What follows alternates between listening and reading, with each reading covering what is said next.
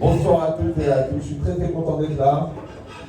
C'est vrai que c'était une occasion de parler qui était un peu spéciale pour un anniversaire, j'ai pas vraiment l'habitude. Mais il paraît que l'intelligence c'est la capacité d'adaptation, donc on est condamné, en un seul mot, à y arriver. Donc, ce qui m'a plu dans cette notion-là de sanctifier le temps, d'essayer de donner une dimension sainte au temps. Mais déjà, il faut essayer de comprendre un petit peu ce que ça veut dire quand on parle du temps. Alors j'ai une image, je donne une image. Des fois, c'est plus facile que faire une démonstration philosophique d'une heure. Il y a une personne qui doit prendre le train pour aller à Marseille et rentre dans la gare de Lyon, pour ceux qui connaissent. Et puis c'est quelqu'un qui connaît bien les trains. Il voit un nouveau modèle de train, tout en aluminium, magnifique, énorme. Il va voir le chef de train, il dit « Excusez-moi, ce train c'est un nouveau modèle ?» Il dit « Oui. » Il a l'air très très long. Il dit « Oui, il est très très long. C'est bien le train qui va à Marseille. » « Oui, oui, c'est celui-là. » Et quelle longueur il fait? Parce que j'ai vu des trains de 50 mètres, de 100 mètres, de 200 mètres. Ah, il dit « Celui-là, il est spécial, il fait 1000 km. » Je n'ai pas compris. Le train, il fait 1000 km. Il dit quoi? Ça veut dire que la queue du train est à la gare de Lyon, la tête du train est à Marseille. Ah, il dit « Ah bon? Mais alors j'ai pas compris. Alors ça veut dire que si je rentre dans le train, il dit « Faites l'essai. » Il prend le train, il monte dans le train, à l'arrêt, il donne des jumelles spéciales, et puis c'est un train où tous les wagons communiquent. Il regarde, et il voit le gars à 1000 km, parce que c'est des jumelles très puissantes, qui est en train de se gratter le nez. Il le voit. Il dit « Ah, c'est pas possible. Là, je suis ici, à Paris, je vois le gars à Marseille qui se gratte le nez à 1000 km, oui. Mais quand il sort du train, bah, il voit un wagon, 2 wagons, 3 wagons. Il dit « C'est bizarre. » Donc ce train-là, en fin de compte, c'est un train qui va à Marseille. Il dit « Oui. » Mais en fait, il est déjà à Marseille. Il dit « Oui. » Il dit « Si je marche à pied dans le train, je vais atteindre Marseille. » Oui. Mais quand je monte dans le train, puisque le train il est déjà à Marseille, donc je suis à Marseille. Je suis dans le train de Marseille. D'accord? Bon, comme ce n'est pas une vraie conférence, donc je vous ai épargné les 1h30 de développement. Et puis en plus, j'ai peur que la moitié de la salle se mette à crier pour que je m'étouffe. Donc on va rester des bons amis. Parce que même si mes chaussures ne sont pas terribles, mais ça ne sera pas de toute façon des bons funèbres. Alors, donc c'est quoi l'idée? En vérité, c'est une image pour faire la différence entre ce qu'on appelle le présent absolu et le présent relatif. D'accord? Le présent absolu, c'est à l'intérieur du train. On va jusqu'au bout, Le présent relatif, c'est quand on est en dehors du train et on voit un wagon, 2 wagons, 3 wagons maximum. L'intérieur de la matière, elle explique la Torah, n'est plus soumis au temps. Comme l'intérieur de l'être n'est pas soumis au temps. Varim asichli menam itachatazman, il dit le Maharal de Prague, les choses de l'esprit ne sont pas soumises au temps. Par exemple, l'œil ne peut pas voir plus que 24 images par seconde. Mais le cerveau, il peut voir 24 millions d'images. Parce qu'il n'est pas limité par le temps. Ouais. De la même manière, l'intérieur de la matière, l'essence de la matière, elle n'est pas soumise au temps. Parce qu'il dit, Einstein, que à la vitesse de la lumière, le temps s'arrête. C'est quoi le temps s'arrête? Vous l'avez déjà découvert, vous? Oui. Non, c'est qu'en vérité, quand on prend tout l'univers comme un seul objet, donc il y a un seul objet, un seul endroit. Donc ici et là-bas, c'est le même endroit. Vous me suivez ou non? Bah, tu dis, bon, non, mais ici c'est Paris, là-bas c'est New York. Mais en vérité, Paris et New York sont reliés. Je crois que le micro est antisémite. Ça doit être une marque allemande. Donc, non, j'ai compris, il ne faut pas le tenir par là. J'ai une feuille, ça, j'ai une fois. Donc je répète, je sais, c'est un petit peu abstrait, mais c'est pas grave. Il vaut mieux que concret, parce que le concret, c'est ce concret. D'accord? Donc, encore une fois, l'intériorité de la matière, il dit Albert Einstein, elle n'est pas soumise au temps, parce que le temps s'arrête, c'est normal, parce que quand tu prends tout l'univers comme un seul objet, c'est le même endroit. Et comme le temps, c'est le 4e élément, donc de la même manière, il y a un seul temps. Donc aujourd'hui, dans 10 000 ans, c'est pareil. Tu dis, mais c'est pas vrai, parce qu'aujourd'hui, c'est aujourd'hui, demain, c'est demain, hier, c'est hier. Oui, mais dans l'intériorité de la matière, la vitesse, la lumière se déplace à la vitesse de la lumière, donc elle crée l'unicité du temps. Ça s'appelle le temps absolu. Par exemple, quand vous vivez quelque chose de très fort, quelqu'un que vous aimez vraiment, une activité que vous adorez, vous ne sentez pas le temps qui passe. Quand vous vous traînez pour aller travailler, que vous dites « pour que je meurs avant la fin de la journée », donc vous trouvez le temps long. C'est cette logique-là où on peut, quand on est dans l'essentiel, on n'est plus soumis au temps. Quand on est dans le superficiel, on est soumis au temps. Le superficiel, c'est la superficie. L'essentiel, c'est l'essence. L'essence, c'est ce qui donne du sens. Et l'essentiel, c'est l'essence du ciel. L'essence du ciel, c'est Dieu. Alors, on n'est pas obligé d'être d'accord. Je comprends qu'il y a des antiseptiques. C'est pour ça qu'on les a créés. D'accord? Une fois, je parlais avec un mathématicien, parce que moi, j'ai eu la chance de ne pas faire d'études, donc ça m'a fait gagner un temps fou. Parce qu'on n'est pas obligé d'apprendre tout ce qu'il faut pour savoir ce qui est vrai. Ouais. Et le mathématicien dit, oui, et vous, les religieux, vous êtes limités, vous êtes des obscurantistes. Excuse-moi. JH2, c'est une formule, c'est-à-dire je me remets au carré. Ouais. Je lui dis, tu vois, un point, c'est un point. Le deuxième point, c'est un point. Maintenant, entre deux points, qu'est-ce qu'on peut faire? Il m'a dit un segment de droite. Je dis, non, on peut faire une droite. Jusqu'où elle va? L'infini. Alors, qu'est-ce que tu fais, toi? Toi, tu arrêtes la droite à ta perception. Tu considères que tout ce que tu ne comprends pas est faux. Mais comme tu comprends peu de choses, tout est faux. Donc il faut avoir la modestie intellectuelle de dire peut-être que je ne comprends pas tout. C'est vrai, il y a pas longtemps, il m'a posé une question sur Dieu. Oui, pourquoi Dieu a fait ça? Je dis écoute, déjà, le cerveau de ta belle-mère t'est étranger. Et maintenant tu poses des questions sur Dieu. C'est un peu éloigné de nous. Encore une fois, c'est la modestie. C'est comme si Mike Tyson, mais c'est Mike Tyson, le boxeur. Il vient de sortir du championnat du monde. Il a tué le gars en un point, en KO. Et toi, 62 kilos trempés, tu montes sur le ring et tu dis vas-y, Mike, frappe le premier. En taille, on n'a jamais retrouvé son corps. Il s'est éparpillé en particules élémentaires. Ouais.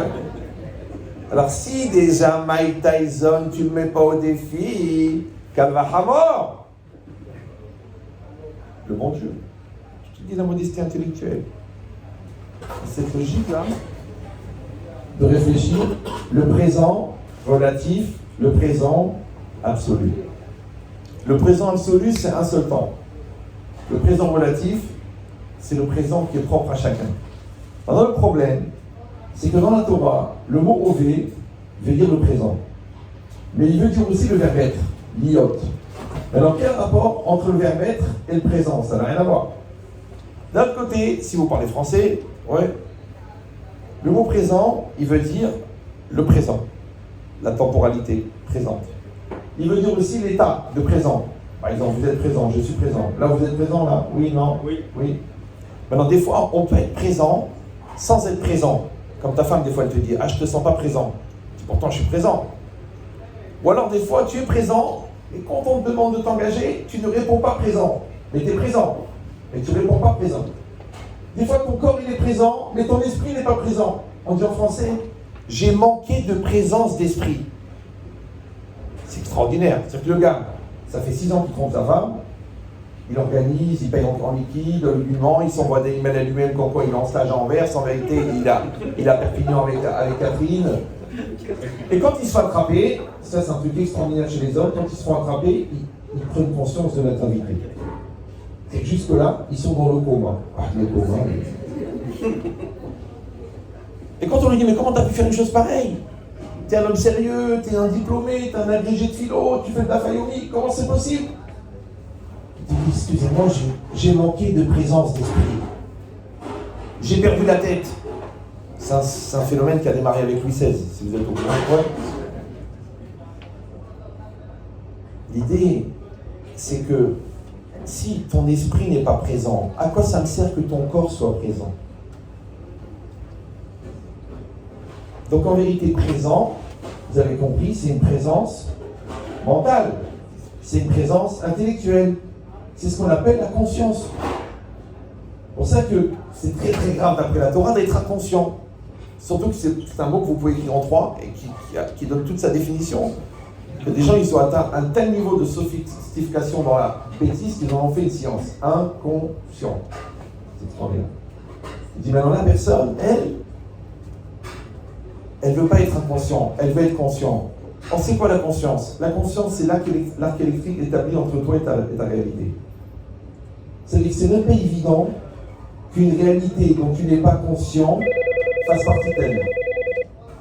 Même en physique quantique, on dit qu'une réalité n'existe qu'en fonction de la conscience que tu en as. Ouais. Et nous, on l'appelle dans la Torah le manque de conscience, le manque de da'at. Esyar da'at. Il y a une perte de conscience, une perte d'esprit.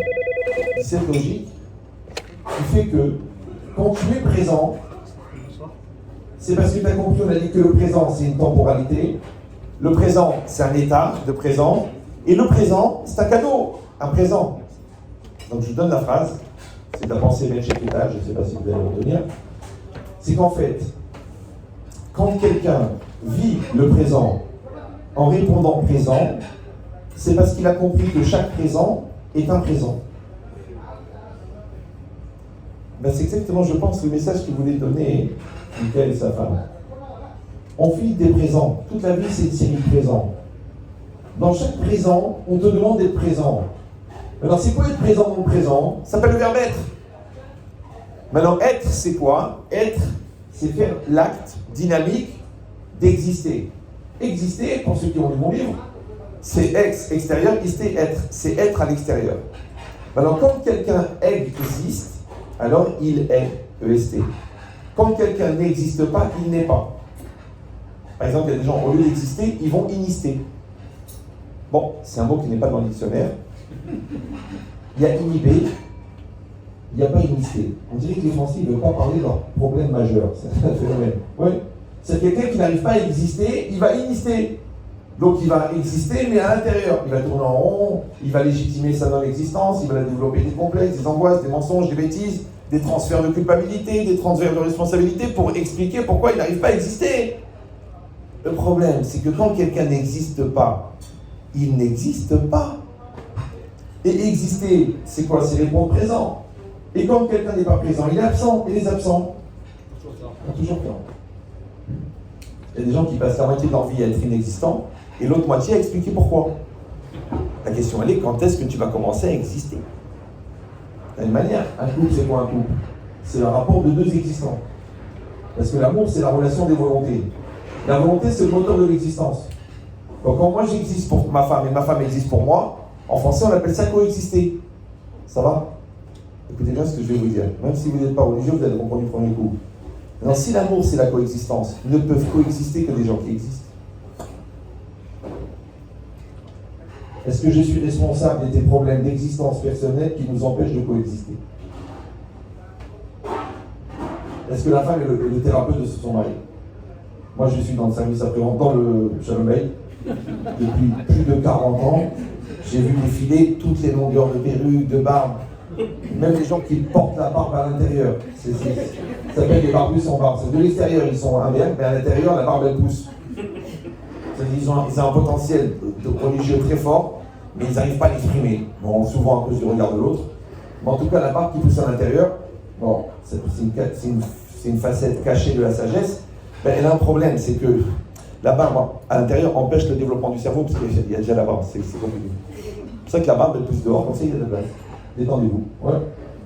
Cette logique où être, vous avez compris, et le présent, c'est la même chose. Maintenant, Zman en hébreu, ça veut dire le temps. Et Mezouman, ça veut dire préparer pour. C'est qu'en vérité, chaque temps est un espace temporel préparé pour un certain présent. Donc c'est comme si tu as des wagons qui passent devant toi. Dans chaque wagon, tu peux mettre quelque chose. Dans chaque heure, tu peux mettre quelque chose. Dans chaque minute, tu peux mettre quelque chose. Ou tu mets rien. Il y a des gens comme ça. Tu dis, mais qu'est-ce que ça fait cet après-midi? J'ai tué le temps. Mais tue ta mère. Mais oui, parce que le temps, tu ne peux pas le rattraper. Ta mère, tu peux t'arranger, tu l'as insulté, tu l'as fracassé. Ton père, tu l'as embrouillé, tu as pris 100 000 euros. Tu peux t'arranger, tu peux rembourser. Mais comment tu vas rattraper le temps? C'est impossible. C'est pour ça que l'objectif premier du Yetzer Hara, c'est pas de fauter, le mauvais penchant, c'est de perdre le temps. Maintenant, perdre le temps, c'est pas comme les gens y croient. Ça veut dire le temps passe, j'ai pas fait ce qu'il fallait, dommage, j'aurais dû, j'aurais pu, j'aurais cru. Non! C'est de ne pas avoir ce rapport de maturité avec le présent. C'est ça la perte de temps. Comprenez ou non? C'est pas que tu as mis 3 heures pour faire ce que tu aurais pu faire en 1 heure. C'est que l'inconscience que tu as du temps qui passe t'a fait gaspiller 2h35. J'ai une petite vidéo sur internet qui a eu beaucoup de succès. Elle s'appelle Le Présent. Vous l'avez vu ou non? Levez la main. C'est tout? Dommage, j'aurais dû mourir hier. Donc écoutez cette phrase. J'étais en classe de terminale. Pour ceux qui connaissent, c'est juste après la première. Et donc le prof me dit, Yeria, tu devrais t'angoisser pour l'année prochaine. Parce que moi je faisais rien en classe. La vérité, je faisais rien. C'est-à-dire que quand j'étais en classe de première, je ne voulais pas apprendre les 20 textes pour le bac. Je voulais analyser les méthodes du prof pour être prof de français à la fin de la première. Ah, malade. Bon, mais mon copain à moi, il a fait pire. En seconde, il a fait maths sup. En première, il a fait maths spé. On était un club de malades, des fous. Un autre, il a fait dentaire et HEC en même temps. Bon, aujourd'hui, il a 39 féminines. Mais c'est des fous. On était des fous. Voilà. On ne voulait pas avancer au rythme normal de la classe qui t'oblige à être un imbécile puisque ton prof est tellement bête que pour le laisser prof, tu es obligé d'être plus bête que lui. Et là, il a la proportionnelle était insultante. Il fait cru ou... Alors, donc c'est quoi l'idée? Donc j'étais en classe et le prof il me dit Ben Chetrit, tu devrais t'angoisser pour l'année prochaine. Je dis mais pourquoi voulez-vous que je m'angoisse? Il m'a dit parce que l'année prochaine tu n'es pas prêt à passer en classe de terminale. Je dis mais je n'ai pas compris, combien j'ai de moyenne? Il m'a dit écoute, sur les devoirs sur table, t'as 19 de moyenne, les devoirs à la maison t'as 4. Ce qui est l'inverse en général. Parce que les devoirs à la maison c'est ta soeur qui les fait, qui a l'hypocagne. Et les devoirs sur table, t'es en dépression, micro-dépression, de paralysie faciale liée à un accident sur Facebook la veille. D'accord? Là c'était l'inverse. Donc j'avais des très bonnes notes en classe et le contraire. Bon, j'ai dit écoutez moi, la vérité, je ne peux pas m'angoisser cette année de ce qui va se passer l'année prochaine. Il m'a dit pourquoi? Je dis parce que je suis déjà l'année prochaine.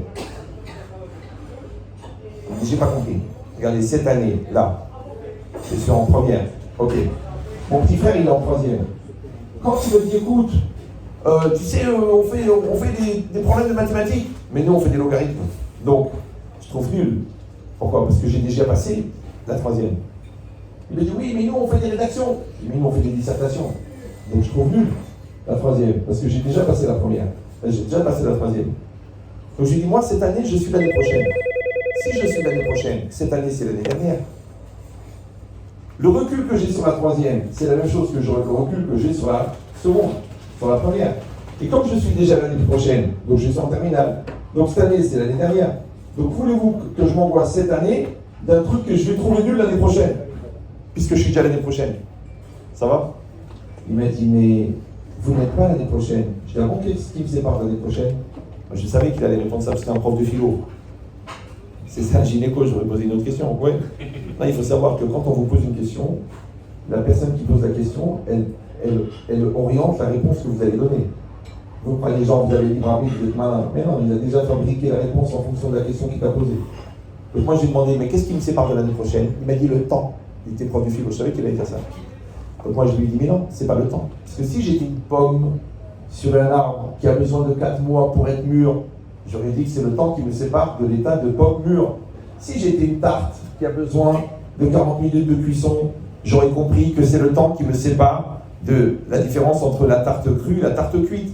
Mais comme je suis ni une tarte, ni une pomme, je suis une personne. Ce qui me sépare de l'année prochaine, c'est pas le temps. Genre, je vais rester comme ça 1 an et je vais être quelqu'un d'autre. C'est quoi ce qui me sépare de l'année prochaine? C'est la maturité. Et la maturité de l'année prochaine, je l'ai déjà cette année. Donc je suis déjà l'année prochaine. Comme je suis l'année prochaine, cette année, c'est l'année dernière. Comment voulez-vous que je m'angoisse cette année de ce qui va se passer l'année prochaine, puisqu'en étant l'année prochaine cette année, c'est déjà passé les angoisses de l'année dernière. Ça va? Bon, il est fatigué. Qu'est-ce qu'il vous a dit? Je sais pas, il a bugué, ça fait 48 ans que son cerveau il fait Bon, alors moi j'avais 17 ans, lui il avait 45 ans, c'est prof de français, prof de philo. Bon. Mais l'idée c'est quoi? C'est qu'un enfant qui a eu 14 ans au ghetto de Varsovie en 40, et qu'il a fallu qu'il s'occupe de son frère, qu'il nourrit sa petite sœur, qu'il passe tous les jours de l'autre côté du ghetto pour aller trouver à manger. Lui, tous les jours, c'est la vie et la mort. Quel âge il a? 40 ans. Mais le gars en 2022 qui va aux toilettes pour jouer avec la PlayStation de sa fille de 8 ans, il n'a pas 35 ans, il a 8 ans. Donc vous avez compris que le présent, en vérité, c'est la maturité. Vous me suivez ou non? D'ailleurs, on te le dit, des fois, tu te conduis comme un gamin, tu te conduis comme une gamine. Mais c'est quoi? Parce que si ton âge extérieur c'est 40 ans, mais ton âge intérieur c'est 17 ans, tu n'es pas toi-même. Alors je vous donne un secret, pour ceux qui ont l'occasion de prendre du Prozac de temps en temps. C'est quoi le malaise développé par la différence entre la personne que tu es censé être et la personne que tu es? Vous êtes fatigué là? Pas du tout. C'est quoi le malaise développé par la différence ou engendré par la différence entre la personne que tu es censé être et la personne que tu es? Et bien ce malaise s'appelle le stress. Pourquoi tu es stressé? Tu as 40 ans, tu as une question de 40 ans, tu as une maturité de 40 ans. C'est cool. Pourquoi tu es stressé? Parce que tu as 40 ans, tu as une question de 40 ans, mais tu as un mental de 17. Donc tu stresses. Donc en vérité, tous les problèmes qu'on a dans la vie, ils viennent du fait qu'on n'est pas capable de répondre présent. Pourquoi? Parce que pour répondre présent, il faut être présent. Et présent, c'est d'être. Mais comme toi, tu ne t'es pas donné les moyens d'être, tu n'es pas. Et quand tu n'es pas adapté. Alors tu souffres. Non, tu n'es pas adapté à ton couple, tu souffres. Tu n'es pas adapté à tes enfants. Ouais, ils font trop de bruit, ils me saoulent, ils me cassent la tête. Enfin, il y en a, il est venu chez moi, il m'a dit, ah, mais j'ai fait, écoutez, on n'a pas un problème de couple. Simplement que je suis un homme, un chef d'entreprise, j'ai 9 sociétés, je rentre le soir, je suis fatigué, je voudrais que les enfants soient lavés, douchés, nourris, avec les devoirs en train de dormir. C'est ça que j'ai besoin. Vous expliquez ça à ma femme, le problème de Shalom Bayit est réglé. Je dis, j'ai une solution pour vous. Dis laquelle? Vous achetez un pistolet avec un silencieux. Vous rentrez dans la chambre de chacun, vous leur dites au revoir, vous leur tirez une balle dans la tête chacun, vous vous débarrassez des corps, et vous gardez une photo de chacun.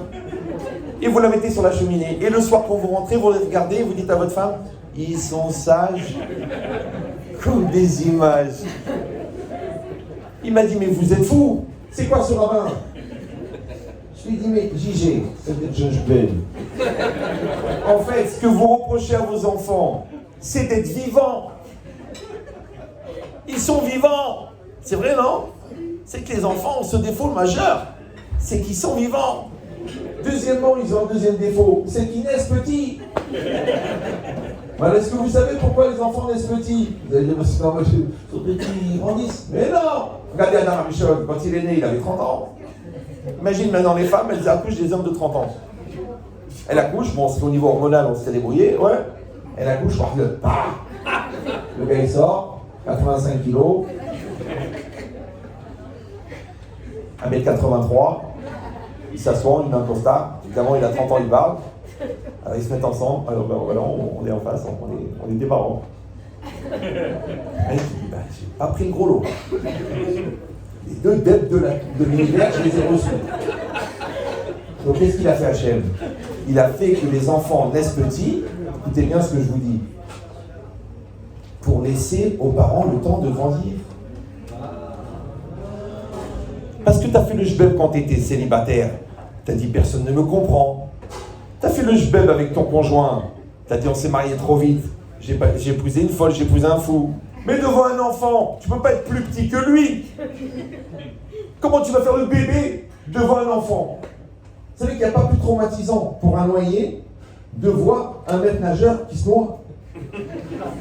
Le gars est en train de se noyer. Ah, je vais mourir. Il voit à côté un mec. Ah, il dit, vous êtes en train de vous noyer. Il dit, non, je suis le maître nageur.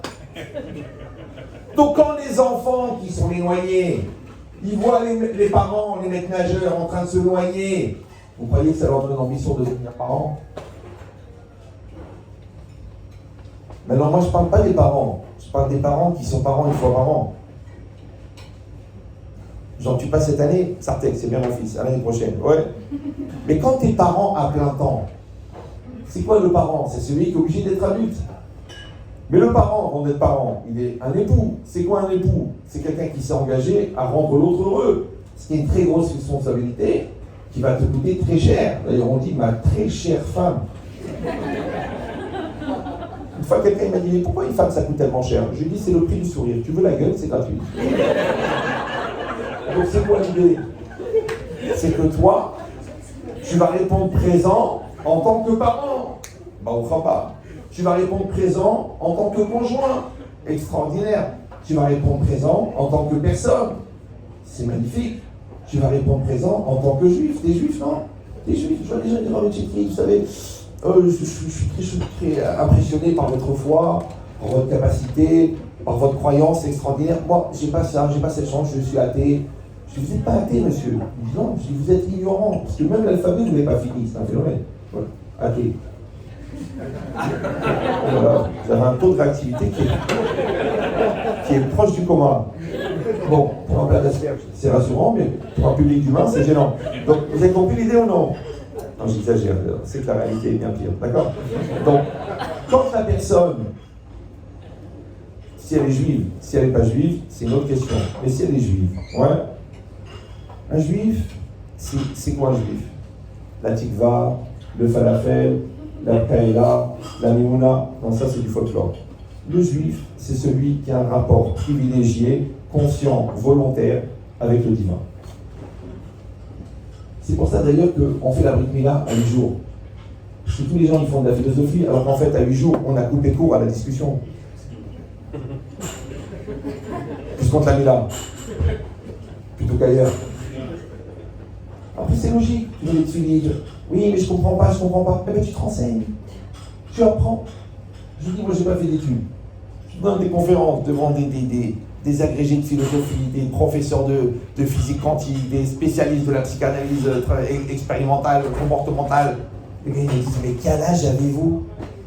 J'ai dit 3500 ans. Il me dit vous ne les faites pas. Vous savez que le Ramban, il explique dans le Dat Akdusha que la semence de l'homme, elle est composée de la même structure que le sang, et qu'elle est faite d'éléments extrêmement petits, et que chacun de ces éléments contient toutes les caractéristiques physiques de la personne, porteuse de ce sang et de cette semence. Ça va, vous avez compris? En fait, c'est quoi? C'est l'ADN. Maintenant, le problème, c'est que le Ramban, il vivait en 1114. Si vous allez dire, ouais, mais de toute façon, c'est un rabbin qui raconte des histoires de rabbins, ça peut être un grand baratin organisé. Le baratin, c'est pas un endroit où on sert des tisanes, ça n'a rien à voir. Mais le Ramban, il vivait à Montpellier. Si vous allez à la faculté de médecine de Montpellier, aujourd'hui, dans la cour, il y a la statue du Ramban, ce monsieur-là dont je viens de parler. Cette faculté de médecine, c'est la seule faculté de médecine où le diplôme de médecine est reconnu aux États-Unis sans équivalence. Pour toute l'Europe. Pourquoi? Parce que c'était la première faculté de médecine d'Europe, au Moyen-Âge. D'accord? Maintenant, cette faculté de médecine, elle est intéressante, parce que vous cherchez sur Internet, vous allez voir que, en fait, cette faculté de médecine, pour apprendre la médecine, il fallait parler l'hébreu. Pourquoi? Parce que tous les enseignants étaient des rabbins. Si, mais je comprends pas comment le rabbin il peut enseigner l'anatomie, puisque la Torah interdit la dissection.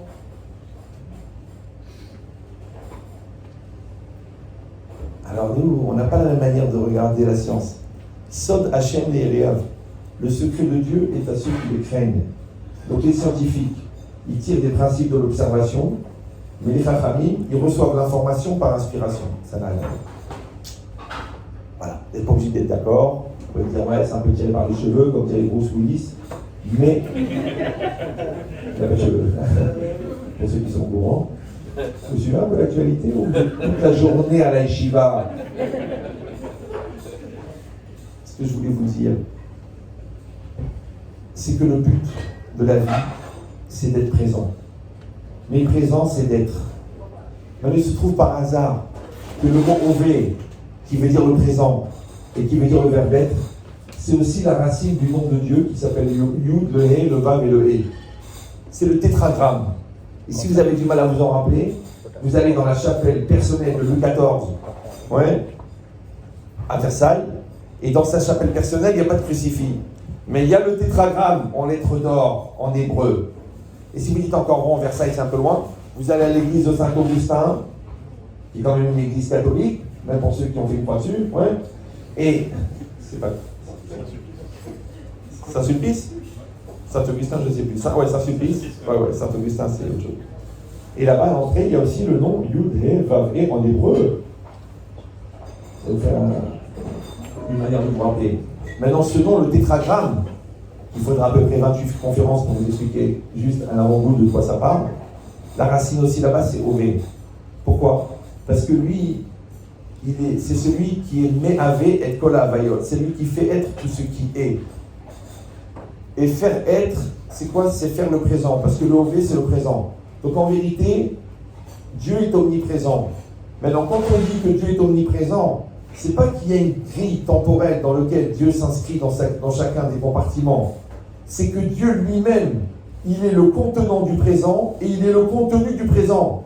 Donc il est le temps. Donc Dieu, c'est le temps. Donc Dieu, c'est le présent. Donc quand on parle de la présence de Dieu, ce que nous on appelle vulgairement la Ashgaha pratique, l'intervention divine, qu'on appelle dehors la providence, en vérité, le présent, c'est Dieu. Maintenant, réfléchis maintenant. Le présent, c'est Dieu. Le verbe être, c'est présent. Et le présent, c'est de répondre présent. Maintenant, quand toi, tu es, tu réponds présent dans un présent que Dieu te propose qui est lui-même Dieu. Donc, en vérité, vivre avec le présent, on dit en français vivre avec son temps, en vérité, c'est vivre avec Dieu. Non, les gens me disent non, vivre avec son temps, c'est se déchirer à la vodka, de prendre des lignes. Si tu n'as pas trouvé ton héros, on va essayer de trouver une héroïne. Je vois les gens, je leur dis, mais vous fumez du shit? Ils se mettent à bégayer, beuh. Il n'y a pas de beuh. C'est oui ou non? On va pas commencer à mégoter. Donc en vérité, vous comprenez qu'aujourd'hui, la société a fabriqué des centaines de moyens de sortir du présent. Alors les grands-mères, elles regardent les feux de l'amour. Les jeunes, ils se déchirent à la vodka. Ils prennent des lignes qu'ils se sont fixées et auxquelles ils aspirent sous prétexte qu'elles sont blanches. Ouais. Mais pendant ce temps-là, le temps il passe. Puisque c'est un des défauts majeurs. Donc j'ai dit que vous êtes un bel exemple. Est-ce que vous veniez à pour il y a combien de temps? Il y a moins 20 ans. N'en rajoutez pas, ça me vieillit. D'accord? Donc, bon, je suis très très fier. Je ne suis pas venu parce que c'est votre anniversaire. Je suis fier parce que vous êtes comme mes enfants. Talmidi Mariam Kebani. Et j'ai vu que vous avez compris l'essentiel de mes leçons, qui est justement cette capacité d'optimiser le temps. Mais si, au-delà du fait de l'optimiser, vous avez compris que l'intérêt c'est de sanctifier, vous êtes milliardaire. Vous êtes milliardaire en dollars. Je vous dis, la société, c'est des maboules. Vous vous rendez compte que le Rav Cyril, aujourd'hui, c'est une référence. Vous vous rendez compte que la rabbinite Nabila, elle est influenceuse. Quelqu'un m'a dit, mais Rav, quelque part vous êtes un influenceur. Je dis, ne m'insulte pas, je t'ai fait quelque chose. J'ai maudit ta famille. Maintenant, moi, ce qui me choque, c'est pas que Nabila, elle soit influenceuse. C'est qu'elle arrive à influencer. Parce que si elle arrive à influencer, c'est que les mecs ont besoin d'elle. Donc ils sont plus nuls qu'elle. Mais elle a un niveau de nullité tellement puissant que Aristote, c'est un extraterrestre. Oui. Alors Rabbi Shimon Bar Yochai, c'est un Dieu vivant. Mais ils arrivent quand même à dire, tu sais, elle dit des trucs importants. Ça, c'est ça la référence. Avant, les gens, ils attendaient le Mashiach. Maintenant, ils espèrent que le Messie va marquer un but. On est compte qu'on a échappé à une catastrophe là, nationale, presque mondiale. On a failli perdre une personnalité incroyable. Le nombre de gens qui ont prié, que Chas V'Sholom, on aurait pu perdre Mbappé. Il est passé à la télé, à la radio. Il a dit, je vais ir en France. Ne vous en faites pas, je vais rester. C'est pas l'argent qui compte. Mais tout le monde s'en fout. C'est du foot, Baba. C'est un ballon. C'est un récipient rempli de vide qui attire 22 cerveaux vides qui sont regardés par 80 000 personnes vides et par 8 milliards de téléspectateurs vides. Tu dis, mais comment un vide peut faire cet effet? Parce que le vide attire le vide. Alors si ta vie est tellement vide que le projet de ta vie, c'est que si Dieu veut, le PSG soit qualifié, c'est ça le but de ta vie. C'est-à-dire que tu as une femme, tu as 5 enfants, tu as un projet personnel, tu as une relation divine, tu as une responsabilité spirituelle dans le monde en tant que juif, d'amener de la lumière, d'amener de la sainteté, et ton problème, c'est est-ce que Mbappé, il va quitter le PSG ?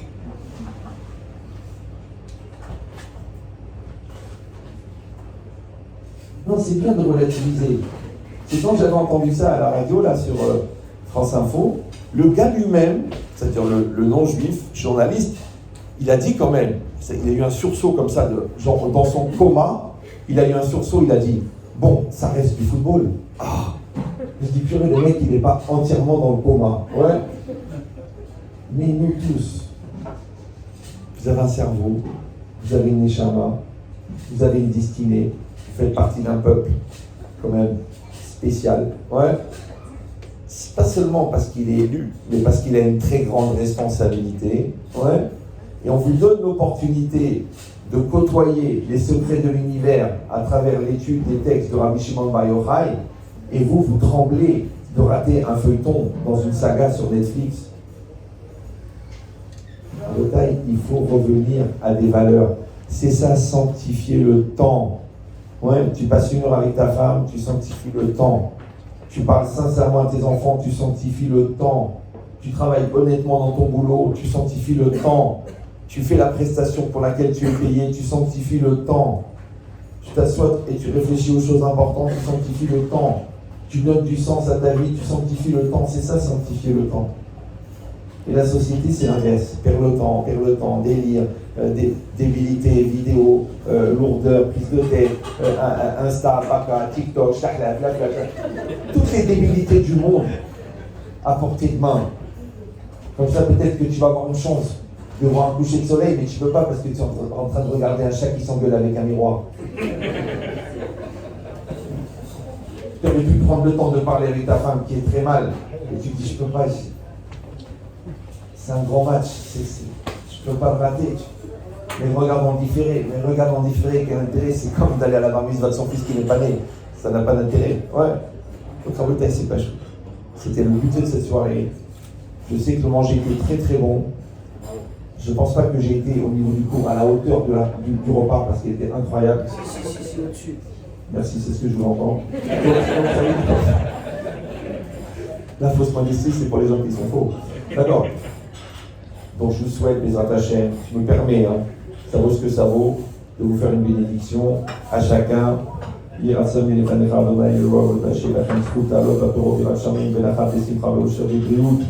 לראות בשמחתם של כל הילדים שלכם, בשמחה ובפרנסה קלה, בשלום ובנחת ובקומיוניקיישן, בזכות התורה, בזכות המצוות, בזכות רבי מאיר, בעל הנס וכן יהי רצון ולומר Amen. Et pour ceux qui ne comprennent pas, je vais traduire. Je vous souhaite de vous élever personnellement dans la Torah, dans votre rapport mature avec le bon Dieu, que vous puissiez créer avec votre conjoint une relation de confiance, une relation d'amour, une relation de solidarité qui fera que l'amour qui est entre vous, qui se retrouvera dans l'homogénéité et l'harmonie qu'il y aura entre des enfants, parce qu'il faut savoir que des enfants harmonieux, c'est des enfants d'amour. Quand le couple n'est pas harmonieux, les enfants ils font. Ouais. Et que vous puissiez assister à toute leur joie, les attachés, à leur mariage, en bonne santé, avec des bonnes familles.